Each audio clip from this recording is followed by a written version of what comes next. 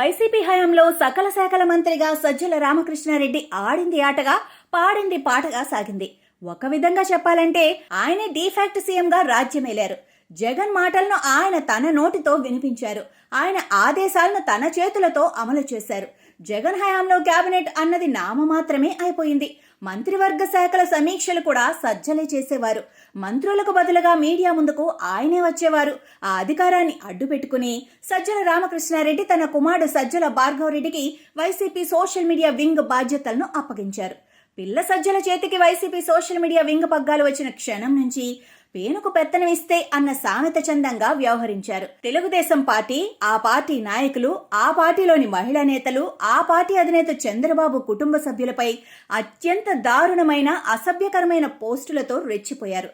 సజ్జల భార్గవరెడ్డి హయాంలో YCP social media వెర్రి పొంతలు తొక్కింది.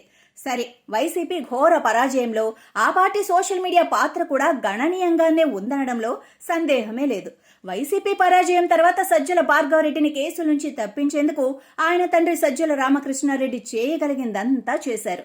పార్టీ ఓటమి పాలు కాగానే చడీ చప్పుడు లేకుండా ఆయన సోషల్ మీడియా పదవి నుంచి తప్పించి రాష్ట్రం దాటించేశారు. ఫోన్లో కూడా అందుబాటులో లేకుండా చేశారు. ఎన్ని చేసినా చేసిన కర్మఫలం అనుభవించాల్సిందేగా. సోషల్ మీడియాలో అనుచిత పోస్టుల వ్యవహారంలో తనపై నమోదైన కేసులో అరెస్టు చేయకుండా ముందస్తు బెయిల్ కోసం పిల్ల సజ్జల ఏపీ హైకోర్టులో పిటిషన్ దాఖలు చేశారు. సజ్జల భార్గవరెడ్డి యాంటిసిపేటరీ బెయిల్ పిటిషన్పై హైకోర్టు శుక్రవారం అనగా ఫిబ్రవరి 21 విచారించింది.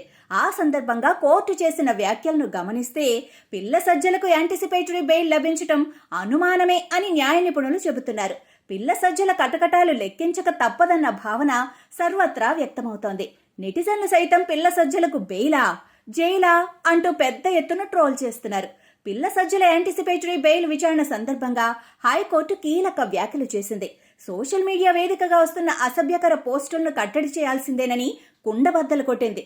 వ్యక్తుల ప్రతిష్టకు భంగం కలిగేలా అసభ్య పోస్టులు పెట్టడానికి వీల్లేదని స్పష్టం చేసింది.